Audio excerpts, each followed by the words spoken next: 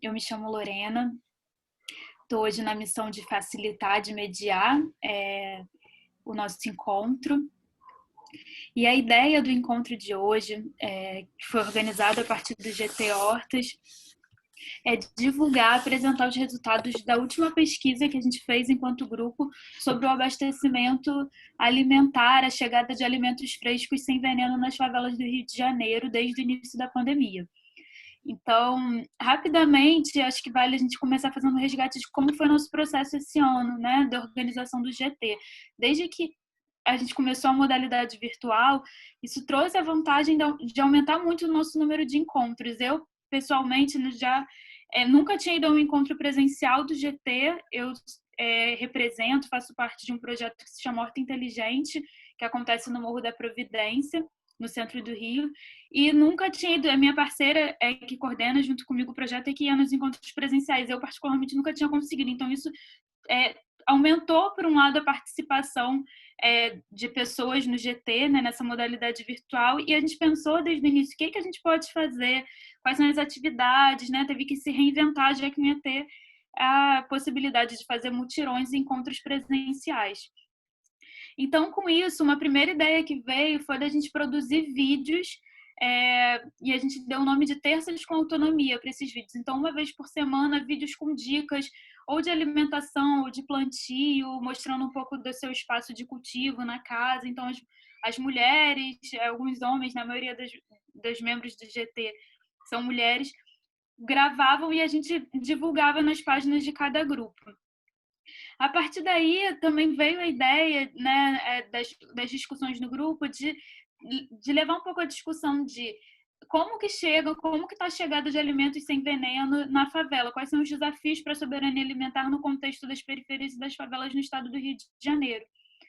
Já tinha algumas pessoas do GT que estavam liderando iniciativas de abastecimento alimentar, de chegada de alimentos sem veneno agroecológicos em alguns territórios, e era um pouco para trazer essa discussão.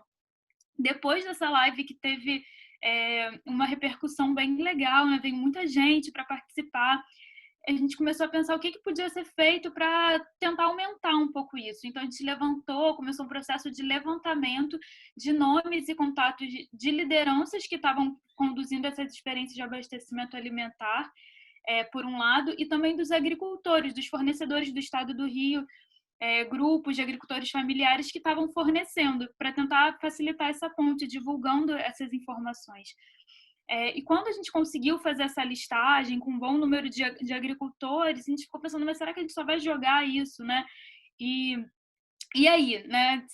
E disso basta, é só o contato que é uma questão, a gente sabe que é uma questão, às vezes a gente não sabe com qual produtor falar, qual produtor está mais próximo, mas quais são as outras questões? E aí veio esse desafio, esse desejo de aproveitar esse momento e fazer uma pesquisa um pouco maior para tentar levantar, ouvir, né, das lideranças comunitárias que estavam conduzindo essas iniciativas, como foi a experiência, os desafios, as perspectivas para a continuidade. E aí, com isso, em janeiro, no meio de janeiro, a gente lança essa pesquisa que foi construída coletivamente pelas pessoas do GT, e ela fica 1 mês e meio rodando, e a gente consegue 60 respostas. Então, hoje, a ideia é trazer esses resultados, a gente conversar um pouquinho sobre eles, e a gente achou importante também trazer um outro panorama de uma pesquisa similar que está acontecendo, que finalizou agora em outubro, que está acontecendo muito parecida com essa no nível nacional. Então, antes de apresentar os nossos resultados, eu vou convidar a Luísa, que faz parte dessa campanha que se chama Ação Coletiva Comida de Verdade, que foi conduzida pela plataforma Agroecologia em Rede, agroecologiaemrede.org. É uma plataforma de mapeamento de experiências ligadas à agroecologia, e muito do nosso questionário foi produzido olhando também para essa pesquisa que já estava no ar, para as perguntas que estavam sendo feitas com adaptações para o contexto específico da realidade das favelas, né, das lideranças comunitárias. Então, a ideia também hoje é um pouco a oportunidade de dialogar com os resultados e os desafios de fazer uma pesquisa no nível nacional, que também está olhando para o abastecimento alimentar na pandemia. E aí, eu vou convidar, então, de início a Luísa para se apresentar e contar um pouquinho dessa pesquisa, do Ação Coletiva, e na sequência a gente apresenta os resultados da pesquisa que o GT conduziu. Tá? Então, Luísa, você está por aí? Está contigo a palavra.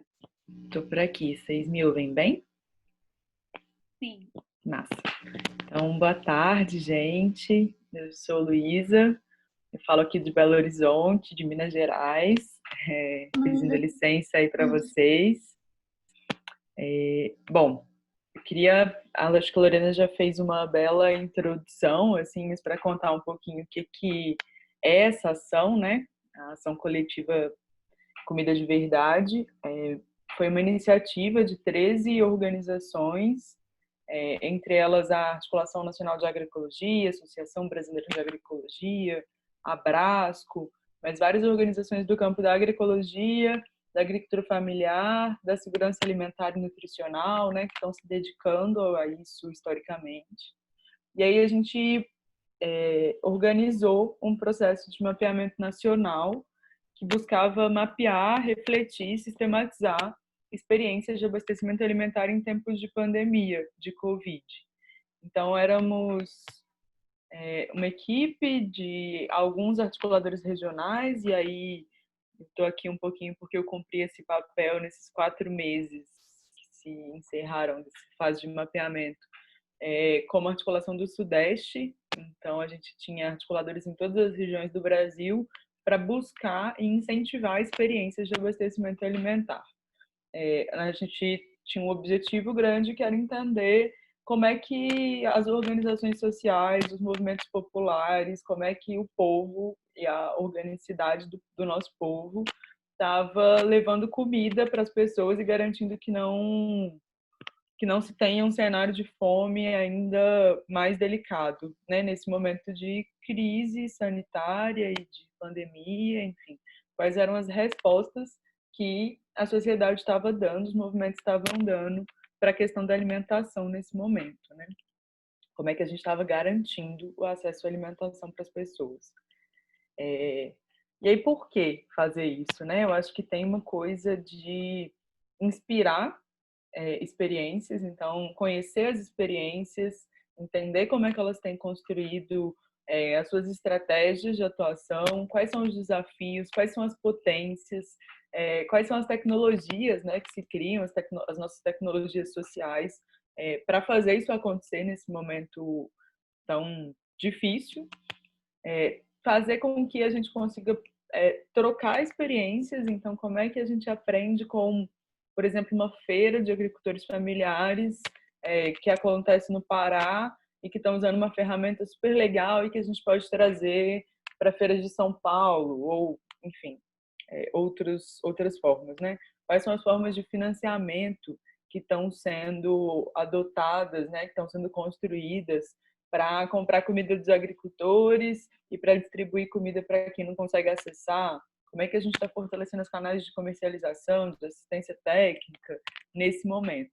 Então, essa perspectiva da troca de experiências, assim, né? E também dos aprendizados. Então, o que está funcionando e o que não. Isso tudo é para a reflexão maior que a gente tem feito é que a gente está vivendo um momento de muitos aprendizados, e isso vai apontar caminhos também para orientar a transição dos sistemas agroalimentares que a gente quer, né? A gente quer comida de verdade, a gente quer comida sem agrotóxico, sem transgênico, a gente quer acesso, que todo mundo possa acessar essa comida de qualidade. E aí a gente acha que a resposta está sendo construída coletivamente, né, pela sociedade, que dá a resposta nesse momento que a gente tem um Estado, bom, pelo menos no âmbito federal e em muitos estados, que não garante direitos básicos que precisam ser garantidos, né? E aí o processo foi esse, a gente ficou 4 meses provocando experiências e representações de experiências para que elas entrassem nessa plataforma, né, que a Lorena falou, que é o Agroecologia em Rede, e cadastrassem a sua experiência. Então, assim, era um autocadastramento. A gente viabilizava, tirava dúvidas, fazia esse processo de diálogo e de sensibilização, mas cada movimento, cada iniciativa ia lá e cadastrava a sua experiência. Agora a gente está numa fase, né, no dia 31, no último dia 31 a gente encerrou o recebimento de experiências, e aí chegamos em mais de 300 experiências no Brasil, experiências de abastecimento alimentar nesse momento. E aí, agora a gente entra numa fase de consolidação desses dados, sistematização, e a nossa ideia é tirar aí essas lições, compartilhar esses aprendizados assim que possível, né? A gente foi fazendo balanços ao longo do processo e era muito bonito ver, assim, eram toneladas de comida, milhares de famílias sendo atendidas, assim, sendo beneficiadas, tanto famílias produtoras que estavam se reinventando para comercialização no tempo de pandemia, como também famílias que precisavam acessar essa comida de qualidade.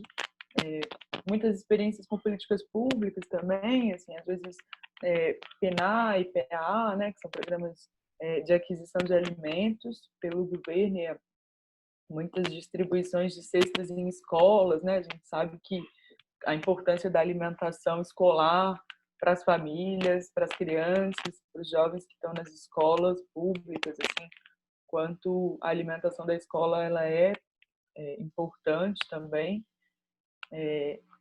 Bom, um universo de iniciativas. E aí esse cadastro ele tinha como principais questões isso: de onde vai essa comida, para onde vai, quanto de comida. Essa é uma experiência que nasce na pandemia, né, em resposta à pandemia, ou é uma experiência que se adapta, porque também tem muito isso, né? Várias experiências de abastecimento alimentar que tiveram que se adaptar nesse momento.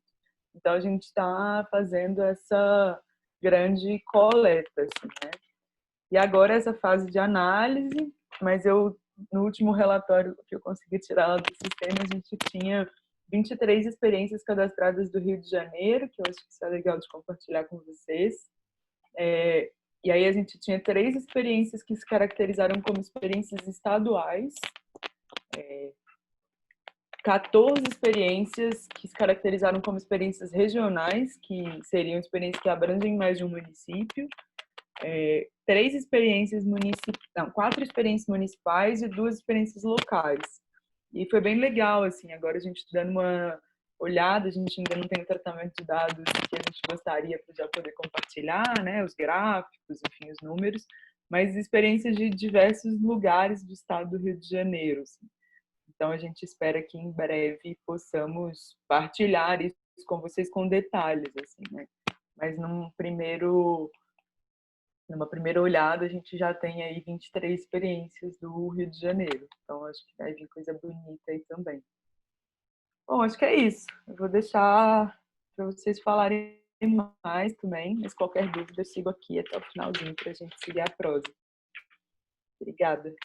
Obrigada, Luísa. Vai ter um momento de roda, né, que o microfone vai ficar aberto para tirar dúvidas. Então, quem tiver alguma dúvida sobre essa pesquisa maior, sobre como funciona o site, quiser perguntar para a Luísa, vai ter esse momento também.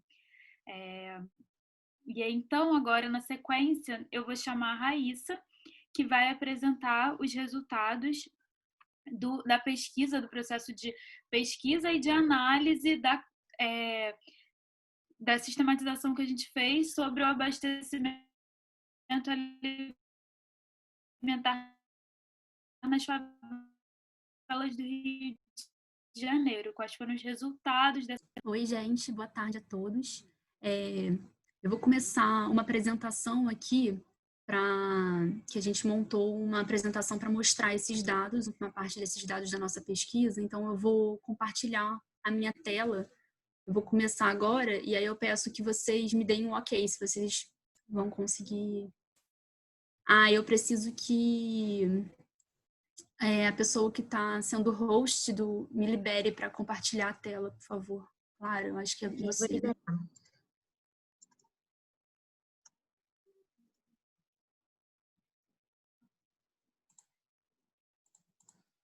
Vê se agora vai. Sim. Vocês estão vendo? Sim. Sim. Tá. Então, como a Lorena já deu uma contextualizada, né, a gente do GT teve essa pesquisa que se intitulou de Conexões entre a Agricultura Familiar e as Favelas do Rio de Janeiro. E hoje eu vou apresentar aqui para vocês um resultado parcial do que a gente teve na pesquisa. A gente fez um recorte para fazer essa apresentação e em breve a gente vai estar divulgando os resultados completos e a análise da pesquisa. A gente vai lançar um boletim e vai compartilhar isso, vai ficar em aberto. Mas por hoje a gente vai mostrar um recorte. Então, a Lorena também já deu uma contextualizada de como a gente chegou, né, nessa demanda dessa pesquisa. Então, a gente tinha necessidade de entender como estava acontecendo o abastecimento alimentar das favelas, né, principalmente nesse momento de pandemia. E a gente também tinha o objetivo de fazer alguma promoção na conexão dos agricultores locais com as iniciativas comunitárias. Então, como conectar, né, como ajudar nessa conexão entre o campo e a cidade, e não somente o campo, né, porque aqui no Rio a gente também tem uma agricultura urbana presente. Então, o objetivo principal era criar essas estratégias de incentivo e fortalecimento das redes entre a agricultura familiar e as favelas. Essa pesquisa ficou aberta por um mês, aproximadamente. A gente teve a divulgação pelo próprio canal de comunicação da rede, né, as redes sociais e e-mail. E, enfim, os próprios participantes do GT e da rede no geral também fizeram a própria divulgação nas suas páginas pessoais. E a gente, por um mês só, a gente conseguiu uma boa participação. A gente teve 49...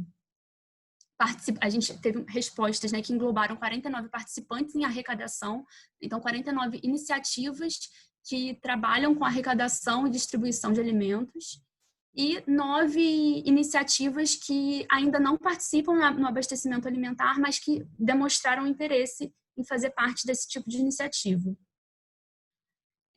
Essas iniciativas de abastecimento alimentar, a gente conseguiu, nessas 49 que a gente teve de resposta, aproximadamente 65% delas fazem a distribuição de alimentos frescos, né? O resto seria, a gente pode considerar que eram alimentos perecíveis.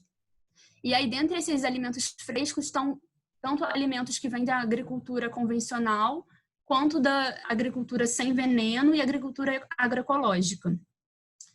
E 80%, né, dessas 49 iniciativas faz a distribuição concentrada nos alimentos, mas também temos os outros 20% que faziam a distribuição de outros itens, né, como refeições. Então muitas delas distribuíam quentinhas, produto de higiene pessoal, material de limpeza.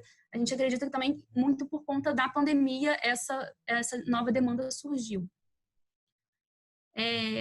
A gente conseguiu perceber, né, que a dinâmica dessas iniciativas que a gente teve contato, elas tiveram uma proeminência realmente na época dos primeiros meses de quarentena, né, que foram os meses mais críticos da pandemia, e depois teve uma queda em relação a isso, em relação às iniciativas. Mas, como a gente vai mostrar mais a seguir, essas iniciativas, elas têm a necessidade, né, e a vontade, o desejo de continuar acontecendo. No geral, esse gráfico mostra qual que é a origem do fornecimento dos alimentos. Então, eles vêm de diversos lugares, né? A maioria vem de supermercados, muito vem de doação de ONG, pessoa física, empresas, e aí, enfim, de locais da comunidade, né, hortifruti, mercados da comunidade. Mas o que a gente pode ver, chamar atenção, que a gente queria chamar atenção, é que a gente teve praticamente 65% da origem dos alimentos através das cooperativas, né, de agricultores familiares, dos próprios agricultores diretamente e de grupos de agricultores urbanos e periurbanos. Então, uma coisa também legal da gente ver é que a agricultura urbana também estava bem presente nesse abastecimento, né? E aí hoje a gente vai focar no recorte desses das iniciativas que atuam com os alimentos agroecológicos, que no total a gente teve 19 iniciativas, né? Então, das 49, 19 são iniciativas que já atuam com alimentos que são agroecológicos, considerados agroecológicos. Então, a gente teve que 85% dessas iniciativas beneficiam famílias da própria comunidade. Então, os projetos, né, eles têm uma abrangência local. Desculpa. A maioria dos projetos consegue atender entre 50 e 200 famílias. Então, a gente vê que são projetos, são iniciativas que têm uma abrangência relativamente considerável, né? E a gente viu que a quantidade total de alimentos doados, se a gente somar todas as iniciativas, ultrapassou de 12 toneladas. Então, a gente teve 12 toneladas de alimento, né? Dentre as iniciativas que a gente conseguiu mapear, 12 toneladas de alimento agroecológico sendo distribuído nas favelas da cidade. O que é muito importante. E o objetivo dessas iniciativas estão muito relacionados com a necessidade do enfrentamento da pandemia, mas também com o desejo de oferecer um alimento de qualidade para a comunidade. Isso ficou bem expresso. E aproximadamente 85% pretende continuar com a iniciativa mesmo numa situação pós-pandêmica. Os principais desafios que eles mostraram, né, que passaram por agora, foi o transporte, assim, o preço de transporte, de frete, ele ainda é um desafio enfrentado. A armazenação também e conservação dos alimentos, e acho que a definição dos critérios para quem que vai, né, como que eles vão escolher para quem que vai ser entregue esses alimentos.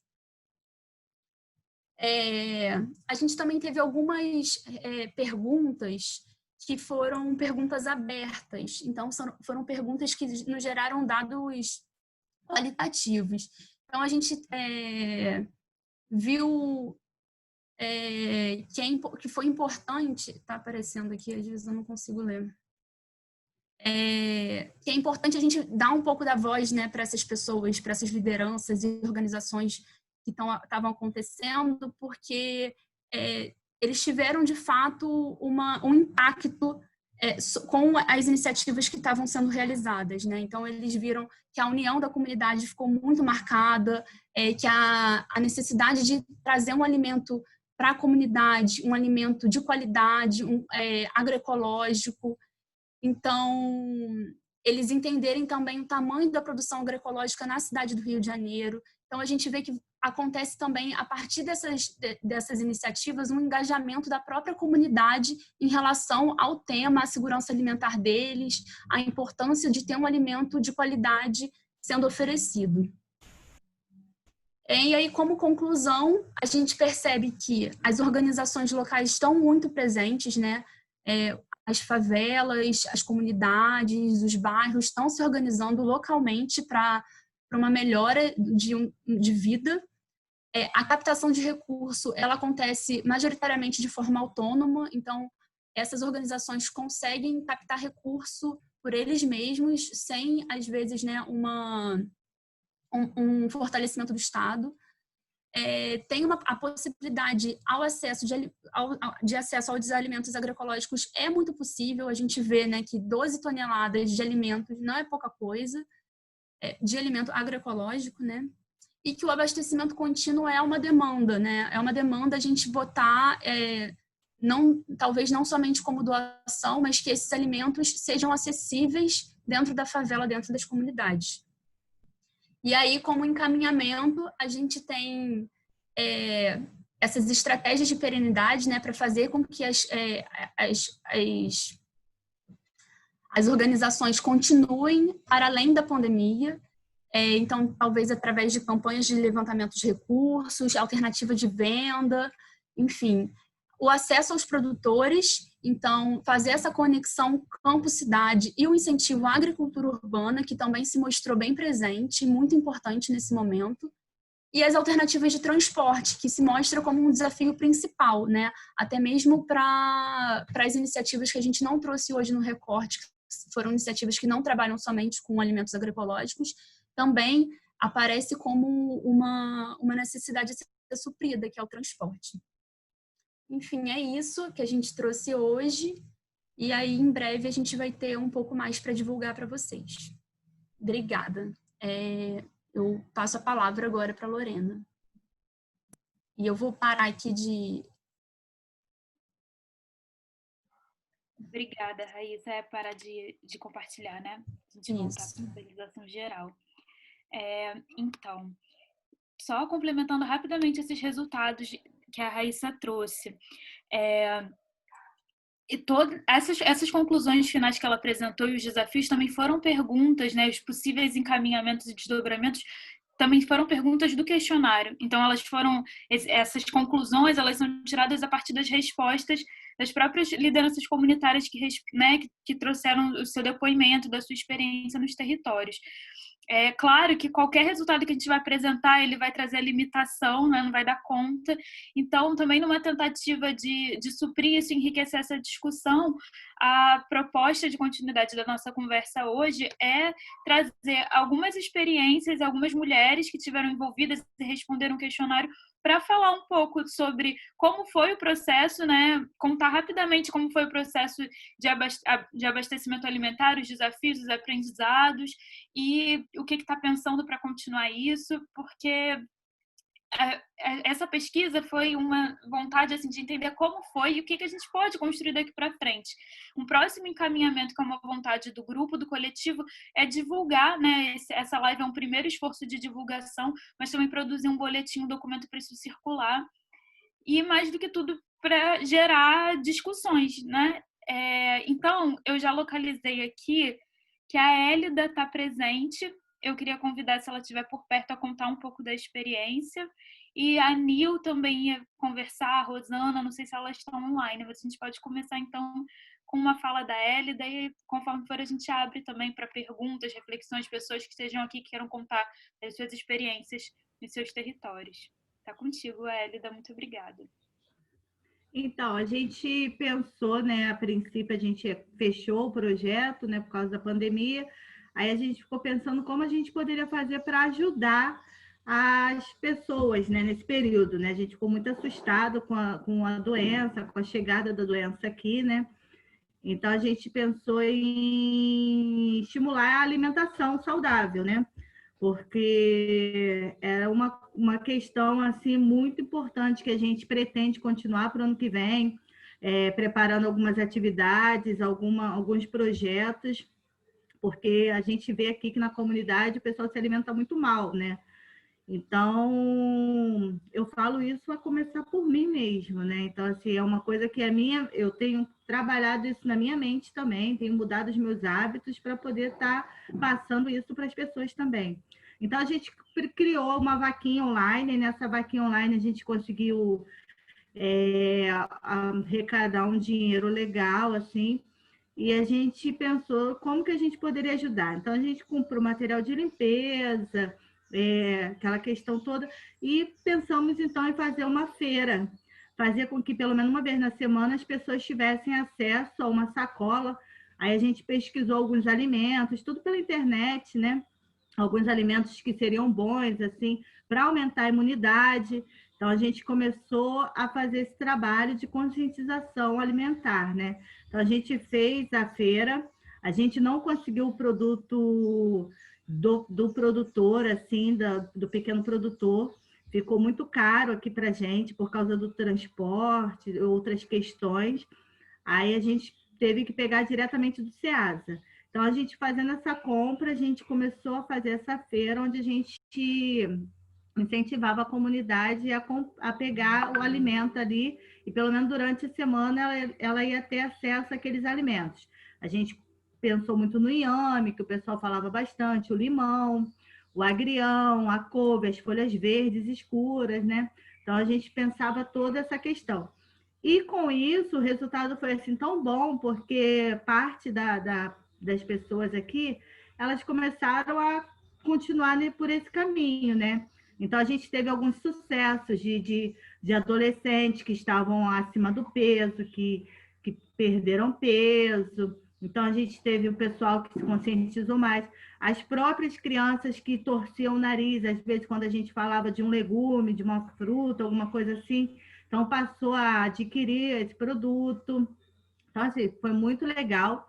E é uma coisa que a gente quer continuar, né? A gente quer, para o ano que vem, estar fazendo, continuando esse projeto. Até nessa questão, a gente está trabalhando mais essa questão da alimentação. No próprio projeto, a gente quer mudar os hábitos alimentares, porque a gente ganha muita doação de biscoito recheado, essas coisas. Então, a gente quer mudar, né? Fazer, conscientizar a pessoa que colabora, que doa também, que ela pode estar, de repente, não dando uma grande quantidade, mas o pouco que ela der, com certeza, vai ser melhor do que um pacote de biscoito que, pelo preço, às vezes a pessoa compra bastante, né? Então, a gente vai estar fazendo esses projetos, né? A quantidade de famílias que a gente atendeu foram cerca de 200. Aqui no projeto, a gente atende 100 famílias, em torno de 100 famílias. Então, mas como a gente conseguiu bastante recurso, a gente atendeu mais pessoas da comunidade, até de outros bairros que vieram aqui, que tiveram acesso aqui também à feira, né? Então, assim, foi bem bacana, foi bem legal e acho que mudou bastante a visão das pessoas aqui para essa questão alimentar, né? A gente tem levado bem a sério, porque a gente viu que a saúde depende disso, né? Então, a gente começou a pensar nessa questão. A gente não tem estrutura, assim, de hospitais, de posto, essas coisas todas. Então, a gente pensou mesmo, o negócio é a gente cuidar mesmo do corpo da forma que a gente pode, né? Então, foi um meio, assim, mudando para essa questão da saúde na questão da alimentação. É isso. Muito obrigada, Hélida. Muito gratas pelo seu depoimento. A Rosana, ela não está conseguindo se conectar, mas ela mandou alguns áudios contando a experiência dela. Então, eu vou chamar a Clara agora para transmitir esses áudios e a gente vai treinar a nossa escuta sem visualização.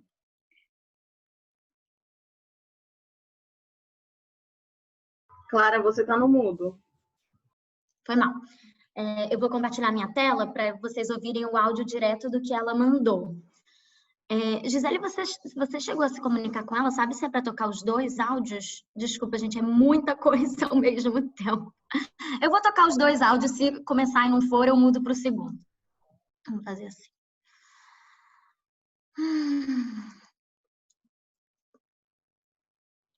Vocês estão vendo meu WhatsApp? Sim. Obrigada, hein, Clara? Vou deixar assim. Vamos lá.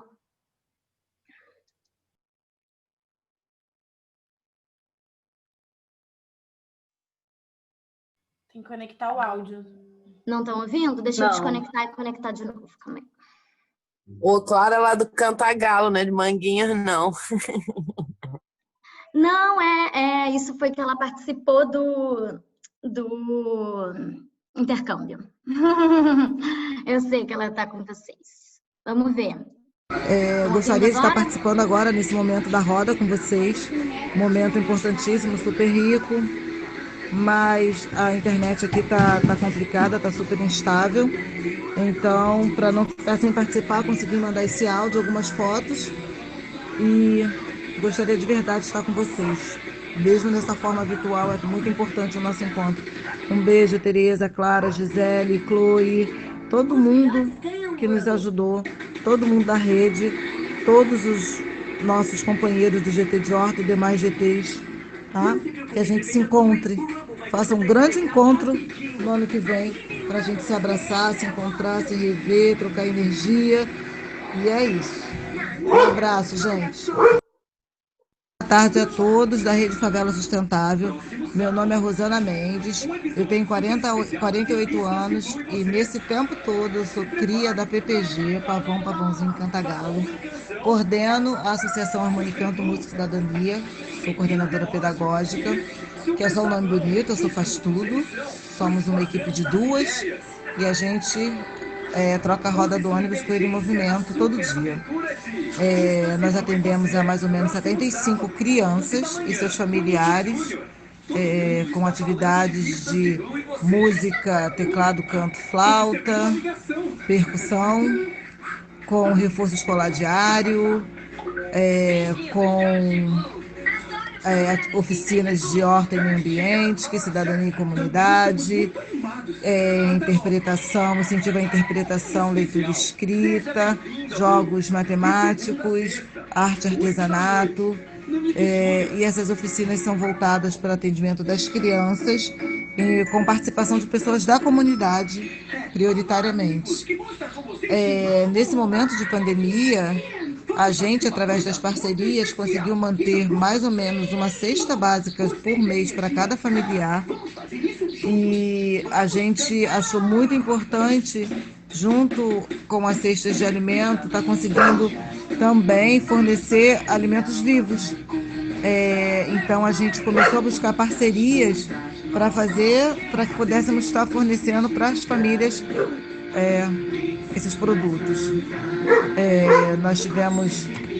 Nós compramos com uma cooperativa de agricultura familiar de Teresópolis cestas orgânicas e distribuímos, fizemos um esquema de feirinha. Normalmente é assim que a gente faz a distribuição.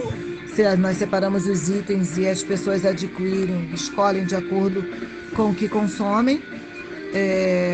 Depois que a gente já conseguiu fornecer para todas as famílias, a gente distribui para outras pessoas da comunidade. A gente também teve muita ajuda de pessoas físicas que doaram valores que a gente pôde estar adquirindo esses produtos. E uma das grandes dificuldades que a gente teve foi o contato com essas cooperativas de agricultores familiares. Por quê?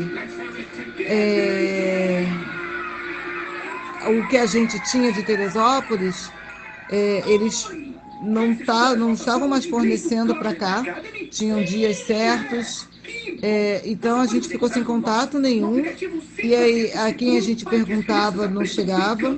Então a gente passou a adquirir mesmo produtos não orgânicos de hortifrutos, que foi muito mais rápido e fácil. Mas agora a gente conseguiu, através de um edital, onde a gente uma das nossas, o que a gente pediu, são 3 meses de cesta verde, e aí essa primeira a gente teve que comprar, exatamente por conta dessa dificuldade de contato com agricultores familiares. A gente teve que comprar no Hortifruti, mas agora a gente já conseguiu um outro contato, e a gente vai, esses próximos 2 meses, novembro e dezembro, está fornecendo para os nossos atendidos através desses agricultores, dessa cooperativa que a gente conseguiu se comunicar. Então, a comunidade recebeu muito. Pessoal, eu acho que está um pouco difícil de ouvir, né, o áudio dela. Esses barulhos são do próprio, são lá do ambiente dela mesmo. Aí eu vou só mostrar umas fotos que ela mandou também, lá do Harmonicanto, da distribuição que elas fizeram.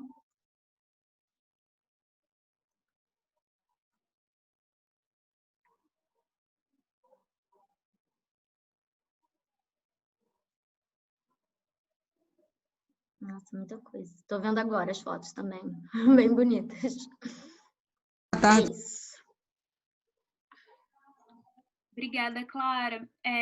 Tem mais uma pessoa, a Nil, que chegou para trazer o depoimento dela. Realmente estava um pouco difícil com o som da TV na gravação, mas a gente pode ver, né, do que ela trouxe, a Rosana, nas falas do áudio, muito dos resultados, corroborando com os resultados que a Raíssa apresentou há pouco, né, das situações, dos desafios de continuidade, de previsões futuras. Eu queria convidar, então, a Nil agora. A gente tem mais 10 minutinhos ainda de conversa, para dar um tempinho da Nil trazer o depoimento dela e também possíveis perguntas, quem quiser escrever alguma questão no chat ou reflexão. E também queria aproveitar para convidar pessoas que estão aqui, trabalharam com abastecimento alimentar nas suas comunidades, nos seus territórios, colocar aqui possivelmente links de divulgação de páginas do Instagram, do Facebook, onde tenham fotos para a gente também compartilhar entre nós.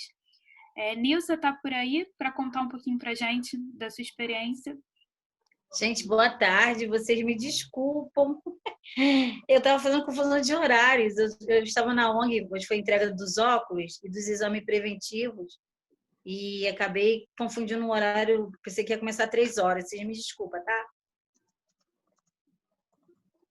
Então, gente, aqui na Vila Alzira, né, a questão da pandemia, o nosso atendimento de 100 famílias para mais de 6.000 famílias atendidas com as cestas básicas. Foi uma rede muito grande de amigos que nos possibilitou ajudar não só o nosso território, mas fora dele também. No começo da pandemia, algumas instituições ainda não estavam recebendo doações e a gente já estava recebendo e a gente começou a compartilhar com outras instituições o que a gente conseguia arrecadar aqui. Né? Com a parceria com o Projeto Crioulas, veio a questão das cestas básicas e as cestas orgânicas, que para mim foi muito legal, a surpresa também, porque veio muito legumes e verduras que a gente não conhecia. Eu mesma não conhecia muita coisa que veio na cesta, e foi legal também porque a gente começou a compartilhar como fazer, né? Preparar aquele produto. A comunidade aceitou muito bem a questão da cesta orgânica. Aqui eu não sabia, acabei descobrindo que aqui no Amapá, que é próximo à nossa casa aqui, tem a horta, né, orgânica, de onde veio esse material, né, esse produto. E os produtos eram muito gostosos, assim, muito fresquinhos, sabe? Então, assim, a pandemia, ela é uma coisa muito ruim, mas, ao mesmo tempo, ela fez com que a gente despertasse, né, para esse trabalho coletivo. Eu acredito que as instituições ficaram mais unidas. Eu acredito também que a gente aprendeu a compartilhar e, principalmente, a gente viu o poder da rede. Porque, principalmente na Baixada Fluminense, trabalhar em rede é muito difícil, né? Não existe essas redes assim, tão organizadas igual tem no Rio. Tanto que a maioria de nós aqui da Baixada tem imigrado para o Rio, para as redes do Rio, né? Porque na Baixada Fluminense mesmo não tem muita rede. Aliás, eu acho que não tem quase nenhuma. Está crescendo agora porque a gente está trazendo as instituições da Baixada, ela tem se unido e compartilhado mais as informações. Então, assim, para mim foi uma experiência bonita, impactante. Eu, como pessoa, acho que eu cresci muito mais. A minha comunidade também é muito mais hoje envolvida do que antes. A gente ainda não conseguiu alcançar 100% da comunidade, né? Com esse sentimento da rede. Mas a gente hoje, eu posso dizer que a gente tem 80% da comunidade hoje envolvida dentro da instituição.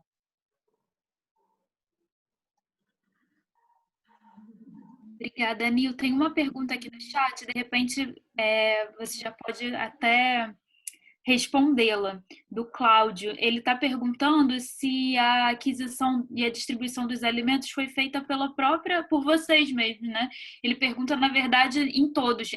Aí, Cláudio, antes da Nil voltar, a gente não teve nenhuma pergunta direcionada para se a logística de distribuição foi feita pela própria liderança ou por um voluntário. Mas dos depoimentos que a gente tem até aqui, das conversas dentro do GT, sim. E isso inclusive, essa logística, um dos grandes desafios. Então, não é o produtor que leva até o lugar. Das experiências que a gente dialogou, a própria iniciativa que está responsável é que tem essa responsabilidade também, né, de escoamento. Nil, aí, por favor, traz a sua experiência. A minha experiência com a questão da pandemia, porque eu mesma fiquei em casa durante mais ou menos 4 meses, eu não saí de casa. E a maioria das doações que a gente recebeu foi doações que me ligaram oferecendo, né?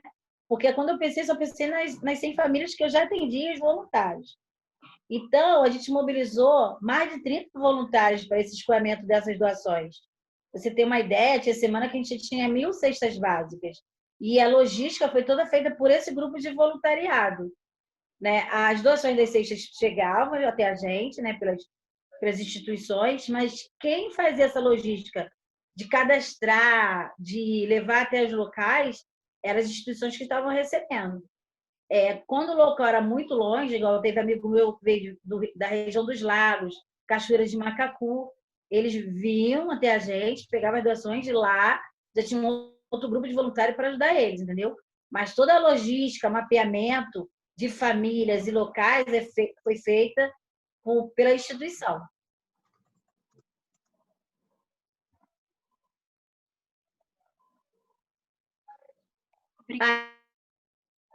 E a comunidade também se envolveu, tá? Muitos que foram beneficiados passaram a fazer parte do grupo de voluntariado também. Obrigada, Nil. E também esclarecendo um pouco a questão do Cláudio, não sei se foi nesse sentido, mas a rede, o nosso papel enquanto rede Favela Sustentável, né, enquanto pessoas do GT, não foi facilitar essa logística, trabalhar de nenhuma maneira articulando isso, fazendo acontecer. Nesse momento foi mais trocar nossas experiências, né, como a gente está trocando hoje, mas mais interno ao GT, e fazer a pesquisa. Mas isso foi de cada território, né, um trabalho que cada liderança teve que conduzir mesmo. E a gente só percebeu que isso estava acontecendo em vários lugares ao mesmo tempo e, de alguma forma, a gente tentou mapear. Tem uma pergunta aqui... Posso fazer uma consideração? Claro. Não, eu só perguntei isso, porque, na verdade, eu tinha uma série de perguntas, mas, à medida em que as apresentações foram feitas, elas me foram respondidas, né? Em relação à questão do quantitativo, de quantos eram produtores orgânicos e de onde vinham. Eu já imaginava que fosse mesmo da região serrana, né? Até tradição histórica. Mas eu fiz esse questionamento em relação à logística de distribuição. Não, como da Baixada, tá? Porque nesse contexto da pandemia, e ainda que tenha sido um trabalho específico, desculpa, eu não entendi. Teve também... Bom, porque dentro dessa questão da pandemia... Sim, tá bom. Eu perguntei isso pelo seguinte, porque apesar de esse GT ter sido específico, eu acredito que a questão da geração em renda, ela possa criar um mecanismo até de integração com esse GT de geração de renda, porque provavelmente há pessoas que trabalham com transporte, que provavelmente ficaram fora do mercado de trabalho, e talvez isso numa continuidade possa ser uma coisa de geração de renda interna, né? Ao invés de repente, se for o caso, contratar um frete de um particular, de um terceiro, de uma empresa, se na rede mesmo faça esse tipo de serviço, com caminhonetes, com combis, eu acho que seria uma maneira de você estar suprindo a necessidade tanto da alimentação quanto de geração de renda de que, de repente, tem um meio de transporte que possa atender a essa necessidade. Foi nesse sentido que eu quis saber essa questão. Obrigado. Grata, Cláudia. Super contribuição. A gente ainda tem mais ou menos 5 minutos, né? 3 a 5 minutos. Queria saber se mais alguém quer fazer alguma colocação, alguma pergunta. Tinha uma pergunta aqui sobre o feedback das famílias. Então, se a Hélida quiser colocar, trazer também a resposta sobre o que ela recebeu de retorno. E aí a gente pode ir finalizando. Então, assim, foi bem legal, assim, tanto como eu já tinha falado, né? Que a gente pretende até dar continuidade, abrindo para outros projetos visando a alimentação saudável, né? Estimulando as crianças desde do começo já está sendo inserida, porque quando a criança é bebê, aí a gente vai estimulando a papinha com aquele legume, aquela coisa toda. Aí depois no desenvolvimento a gente começa a inserir outras coisas na alimentação da criança, né? E acaba que desvirtua, assim, dos caminhos do bem, assim, né? Então, a gente quer estar trabalhando essa questão para a criança comer bem. Ficou mudo, Hélida. Saudável, né? Então, a gente quer estimular essa alimentação para que a criança, o adolescente e o adulto tenham essa vida saudável através da alimentação, né? Então, a gente quer resgatar os valores, aí a comunidade já está, assim, entrando dentro dos projetos, a gente está plantando algumas coisas em alguns espaços vazios que tem aqui pela comunidade, a gente está plantando, a gente pretende colocar árvores frutíferas, e está estimulando mesmo. Então, tem muita gente que está fazendo só hortinha dentro de casa, e a gente está, para o ano que vem, querendo fazer algumas oficinas mesmo, para estar estimulando isso. Então, assim, foi bem legal, a comunidade recebeu bem, e agora a gente quer trabalhar para manter e aprimorar cada vez mais essa questão da alimentação saudável que a gente tinha antigamente, né? A Nil falou aí, a Baixada, ela tinha várias, aqui mesmo onde eu morava, era várias plantações, vários terrenos com plantações, que foi se perdendo, né? Então, a gente quer resgatar um pouco isso aí que foi perdido e retornar isso aí. Foi legal. Obrigada, Hélida. Então, vou chamar a Hanna para fazer uma última fala e depois a gente faz um encerramento.